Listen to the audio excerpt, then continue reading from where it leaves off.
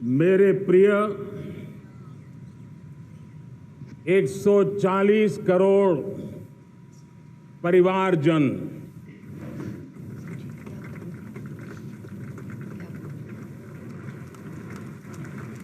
दुनिया का सबसे बड़ा लोकतंत्र और अब बहुत लोगों का अभिप्राय है कि जनसंख्या की दृष्टि से भी हम विश्व में नंबर 1 पर है। इतना बड़ा विशाल देश,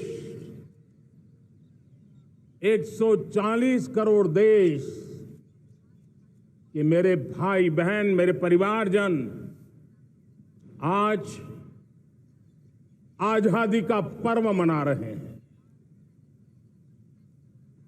मैं देश के कोटि कोटि जनों को, देश और दुनिया में भारत को प्यार करने वाले, भारत का सम्मान करने वाले, भारत का गौरव करने वाले कोटि कोटि जनों को आजादी के इस महान पवित्र पर्व की अनेक अनेक शुभकामनाएं देता हूं। मेरे प्यारे परिवारजन, पूज्य बापू के नेतृत्व में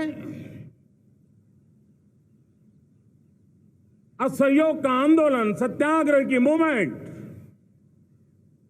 और भगत सिंह, सुखदेव, राजगुरु जैसे अनगिनत वीरों का बलिदान, उस पीढ़ी में शायद ही कोई व्यक्ति होगा जिसने देश की आजादी में अपना योगदान न दिया हो। मैं आज देश की आजादी के जंग में जिन जिन ने योगदान दिया है, बलिदान दिए हैं, त्याग किया है, तपस्या की है, उन सबको आदरपूर्वक नमन करता हूं, उनका अभिनंदन करता हूं। आज 15 अगस्त महान क्रांतिकारी और अध्यात्म जीवन के ऋषितुल्य प्रणेता श्री अरबिंदो की 150वीं जयंती पूर्ण हो रही है। ये वर्ष स्वामी दयानंद सरस्वती के 150वीं जयंती का वर्ष है। ये वर्ष रानी दुर्गावती के 500वीं जन्मशती का बहुत ही पवित्र अवसर है, जो पूरा देश बड़े धामधूम से मनाने वाला है। ये वर्ष मीराबाई, भक्ति योग की सिरमौर मीराबाई के 525 वर्ष का भी ये पावन पर्व है।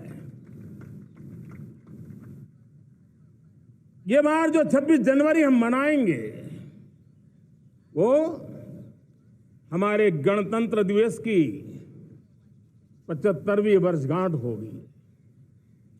अनेक प्रकार से अनेक अवसर, अनेक संभावनाएं राष्ट्र निर्माण में जुटे रहने के लिए पल पल नई प्रेरणा, पल पल नई चेतना, पल पल सपने, पल पल संकल्प, शायद इससे बड़ा कोई अवसर नहीं हो सकता।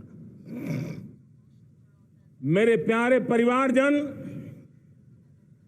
इस बार प्राकृतिक आपदा ने देश के अनेक हिस्सों में अकल्पनीय संकट पैदा किए। जिन परिवारों ने इस संकट में सहन किया है, मैं उन सभी परिवारजनों के प्रति अपनी संवेदना प्रकट करता हूं और राज्य और केंद्र सरकार मिलकर के उन सभी संकटों से जल्दी से मुक्त होकर के फिर तेज गति से आगे बढ़ेंगे, ये मैं विश्वास दिलाता हूं। मेरे प्यारे परिवारजनों, पिछले कुछ सप्ताह नॉर्थ ईस्ट में, विशेषकर मणिपुर में और हिंदुस्तान के भी अन्य कुछ भागों में, लेकिन विशेषकर मणिपुर में जो हिंसा का दौर चला, कई लोगों को अपना जीवन खोना पड़ा, मां बेटियों के सम्मान के साथ खिलवाड़ हुआ। लेकिन कुछ दिनों से लगातार शांति की खबरें आ रही हैं। देश मणिपुर के लोगों के साथ है। देश मणिपुर के लोगों को पिछले कुछ दिनों से जो शांति बनाए रखी है, उस शांति के पर्व को आगे बढ़ाए और शांति से ही समाधान का रास्ता निकलेगा और राज्य और केंद्र सरकार मिलकर के उन समस्याओं के समाधान के लिए भरपूर प्रयास कर रही है, करती रहेगी। मेरे प्यारे परिवारजनों, जब हम इतिहास की तरफ नजर करते हैं तो इतिहास में कुछ पल ऐसे आते हैं जो अपनी अमिट छाप छोड़ करके जाते हैं और उसका प्रभाव सदियों तक रहता है। और कभी कभी शुरुआत में वो बहुत छोटा लगता है, छोटी सी घटना लगती है, लेकिन वो अनेक समस्याओं की जड़ बन जाती है। हमें याद है 1000-1200 साल पहले इस देश पर आक्रमण हुआ। एक छोटे से राज्य के छोटे से राजा का पराजय हुआ, लेकिन तब पता तक नहीं था कि एक घटना भारत को 1000 साल की गुलामी में फंसा देगी। और हम गुलामी में जकड़ते गए, जो आया लूटता गया, जो जिसका मन चाहा हम पे आके सवार हो गया। कैसा विपरीत काल रहा होगा वो 1000 साल का। मेरे प्यारे परिवारजनों, घटना छोटी क्यों ना हो, लेकिन 1000 साल तक प्रभाव छोड़ के रही है। लेकिन मैं आज इस बात का जिक्र इसलिए करना चाहता हूं कि भारत के वीरों ने इस कालखंड में कोई भूभाग ऐसा नहीं था, कोई समय ऐसा नहीं था जब उन्होंने देश की आजादी के लौ को जलता न रखा हो, बलिदान की परंपरा न बनाई हो।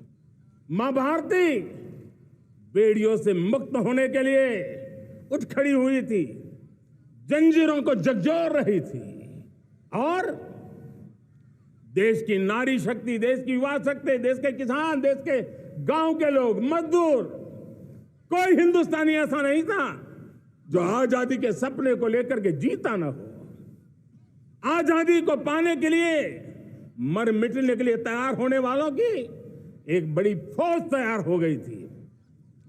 जेलों में जवानी खपाने वाले अनेक महापुरुष हमारे देश की आजादी को, इन गुलामी की बेड़ियों को तोड़ने के लिए लगे हुए थे। मेरे प्यारे परिवारजनों,